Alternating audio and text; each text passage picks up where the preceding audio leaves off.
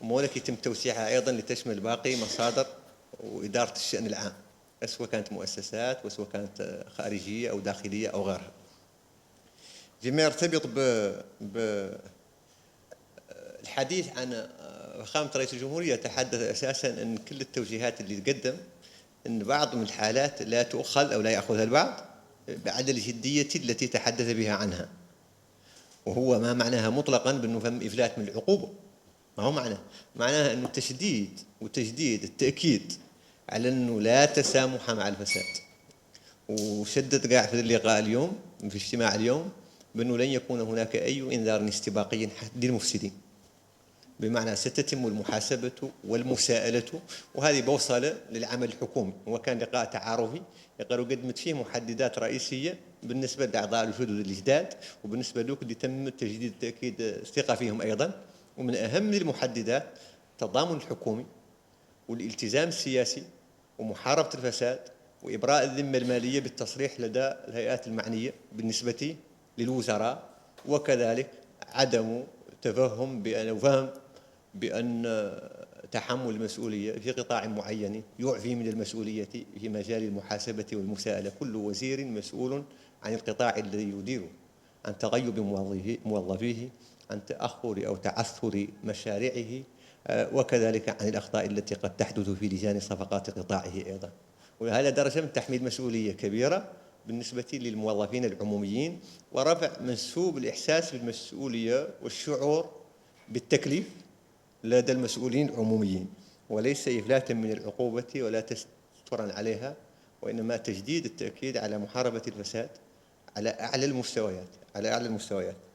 فما أخبار تمهين الإعلاميين، كيف تعرفوا قانون الصحفي خلال السنة الماضية تم إحراز تقدم كبير على مستوى الترسانة الناظمة للمشهد الإعلامي بعد استصدار مراجعة قانون 045/2010 الخاص بالسمع البصري، وإصدار قانون الخاص بالصحفي المهني، وكذلك الشأن أيضا بالنسبة لموافقة اللجنة الوزارية على المرسوم الخاص بالترخيص للقنوات الإذاعية والتلفزيونية الجمعوية.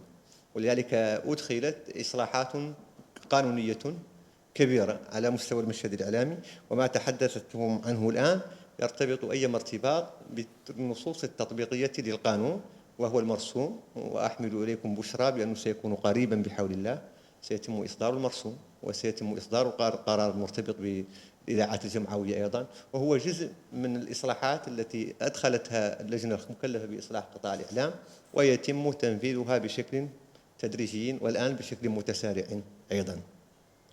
بما يرتبط أستاذ البراء تتحدث عن المعالم الكبرى لتعهدات رئيس الجمهورية فيما يرتبط بتمكين الشباب ومحاربة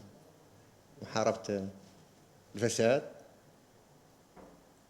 والأبعاد الاستشرافية. كيف نلمس هذه التعهدات في بعدها الاستشرافي؟ الشباب قلت لكم درجة حضور منسوب حضوره داخل الحكومة كان كبير.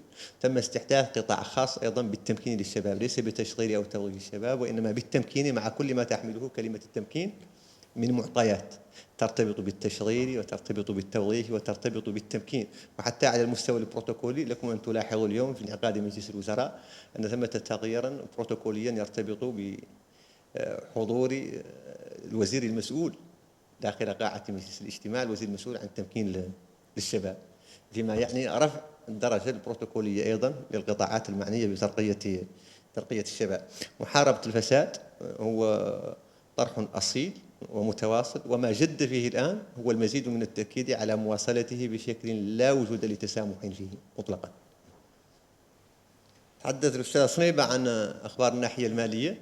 صحيح أنه تم استحداث خلال التشكيلة الحالية استحداث قطاعات وزارية جديدة، وتم دمج بعض القطاعات الأخرى أيضا كما هو الحال بالنسبة كما تعرفون تم دمج المالية والاقتصاد، تم استحداث كتابة دولة خاصة باللامركزية وأخرى خاصة بالميزانية، وهذا تترتب عليه أيضا تكاليف مالية جديدة. ولكن أود إبلاغكم بأنه خلال فترة قصيرة أيضا سيتم إصدار القانون المعدل للقانون المالية، وهي عادة فرصة لتدارك مختلف المستجدات ذات التأثير الميزانوي، سواء عمليات وصل أو فصل أو دمج القطاعات الوزارية كما حدث الآن.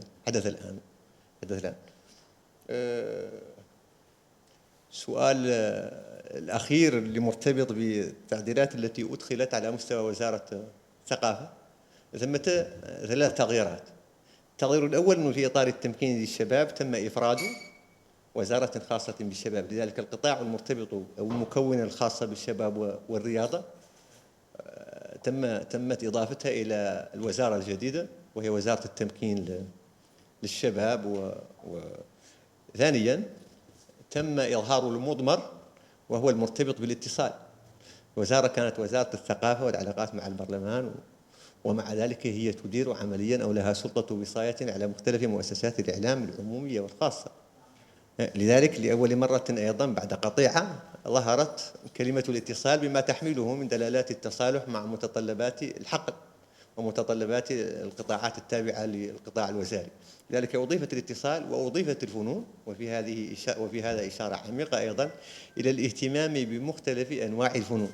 كان بالإمكان مثلا إدراجها ضمن دائرة الثقافة، ولكن الصناعات الثقافية والفنون تم إظهارها داخل، وهو فيه نوع من إعلاء الفن وإعلاء مختلف أنواع الفنون أيضا التي أصبحت تتبع لقطاع وزارة الثقافة، وكان بالإمكان إضمارها داخل الثقافة دون كبير تفصيل، ولكن إظهارها ضمن التسمية مرتبطة بوزارة الثقافة تشي بدرجة من الاهتمام المولى لهذه الفنون.